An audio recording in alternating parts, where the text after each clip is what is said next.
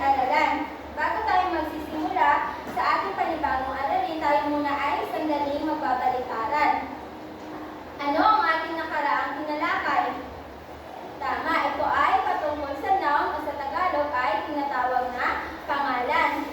Maaari bang magbigay kayo ng mga halimbawa ng pangalan? Okay, tama, mahusay. Ako ay nagagalak at inyo bang naaalala ang ating nakaraang tinalakay. Ngayon, tayo ay magpapatuloy na sa ating panibagong aralin. Ngunit bago iyon, mayroon akong mga larawang ipapakita. Mga bata, pamilyar ba kayo sa mga larawang ito? Okay, ito ay mga larawan ng mga pagkain matatagpuan sa ating bayan. So, madalas tayo nang ihahain sa ating mga tahanan. Okay, hindi dahil ang mga pagkain ito ay naihahain lamang tuwing mayroong espesyal na pagdiriwang o mga panauhin. Ngayon, na-idea na ba kayo kung saan patungkol ang ating panibagong aralin? Okay, so ang ating panibagong aralin ay patungkol sa identifying and using adjectives o pagkilala at paggamit sa mga salitang pang-uri. So ito ang ating layunin sa ating panibagong aralin. At the end of the lesson, the student will be able to define adjectives, identify the uses of adjectives, find adjectives in a sentence. So mayroon akong mga palilalang inihanda. Nais kong ilagay ninyo ito sa tapat ng mga pangalan na nasa larawan. Naunawaan ba ang gagawin, mga bata? Okay, so tatawag ako ng 5 pangalan na maglalagay ng mga palilalang ito. Sa unang larawan, Taya. Ikalawang larawan, Jordan. Ikatlong larawan, Esa. Ikaapat na larawan, Yogi Shane. At ikalimang larawan, Sailin. Galing, bigyan ninyo ng 3 bagsak ang inyong mga sarili dahil ang lahat ng inyong mga inilagay ay tama. So, ang tatalakayin natin ngayon ay patungkol sa pagkilala sa mga salitang naglalarawan sa pangalan o noun. Ngayon, tingnan ninyo ang mga salitang ginamit sa paglalarawan. Sa unang larawan, anong ginamit sa paglalarawan? Okay, tama. Ang ginamit ay round o sa Tagalog ay bilog. Ano pa ang maaaring maglarawan sa sinanging? Okay, sinanging are round and delicious. So, ang salitang round and delicious ay ginamit sa paglalarawan ng sinanging. Sa ikalawang larawan, anong ginamit na salita sa paglalarawan ng biko? Okay, tasty o masarap. So, ano pa maaaring maglarawan sa biko? Sa kulay dito, ano maaaring maglarawan? Okay, biko is brown and tasty. So, ang brown and tasty ay ginamit sa paglalarawan sa biko. Sa ikatlong larawan, anong ginamit sa paglalarawan sa tambis-tambis? Okay, sweet, tambis. So, ano pang maaaring maglarawan sa tambis-tambis? Okay, tama. Colorful o sa Tagalog ay makulay.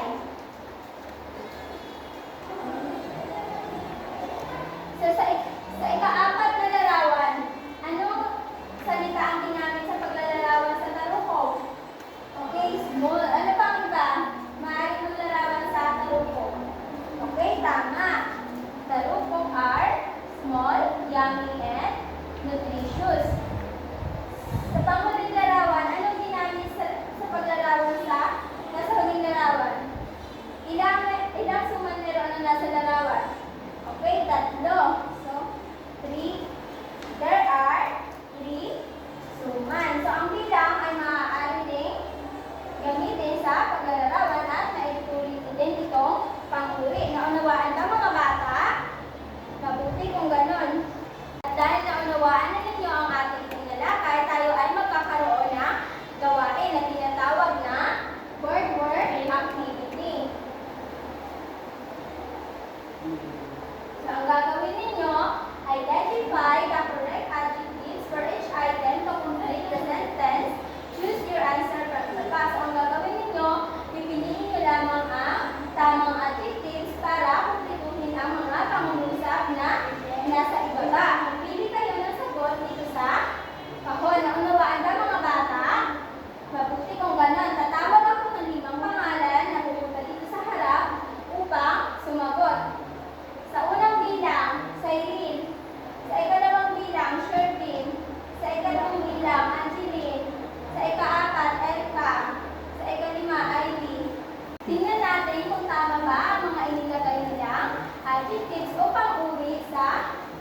mga pangungusap. Sa unang bilang, inside the coconut shell is a white flesh. Tama ba? Okay, tama. Sa ikalawa, dried fish are good too. Okay, tama ba? Okay, tama. I love to eat hot noodles. Okay. So, tama. I like to drink cold water when the weather is hot. Sa ikalima, dirty food can make us sick. Tama ba? Okay, tama. Bigyan ninyo ang inyong mga sarili na limang bagsak na lahat na inyong sinagot ay tama. Ngayon, magkakaroon tayo ng pangkatang gawain. So, papagkatin ko kayo sa 4 na pangkat. Unang pangkat, ikalawang pangkat, ikatlong pangkat, ika-4 na pangkat. So, bago tayo magsimula, ito ang ating mga alatuntunin kapag tayo ay gumagawa ng pangkatang gawain. Una, manatili sa inyong mga kagrupo. Pangalawa, gawin ang tahimik. Ikatlo, makipagtulungan sa inyong mga pangkat. At ika-4, sundin ang mga panuto. Naunawaan ba? Okay. So, bibigyan ko ang bawat pangkat ng mga cardboard. Dito ninyo ilalagay ang inyong magiging sagot. Ito ang inyong gagawin. Sa bawat grupo ay bubuo ng ilog. Tapos, ilalagay ninyo ang inyong group number dito sa taas ng cardboard. So, ang gagawin nyo lamang is pipiliin ninyo ang tamang adjectives na naglalarawan ng nasa larawan. Naunawaan ba? So, bibigyan ko kayo ng 5 minuto. Kapag narinig nyo ang aking 3 palakpak, ay itataas ninyo ang inyong mga cardboard. Naunawaan ba? Okay, maaari na kayong magsimula.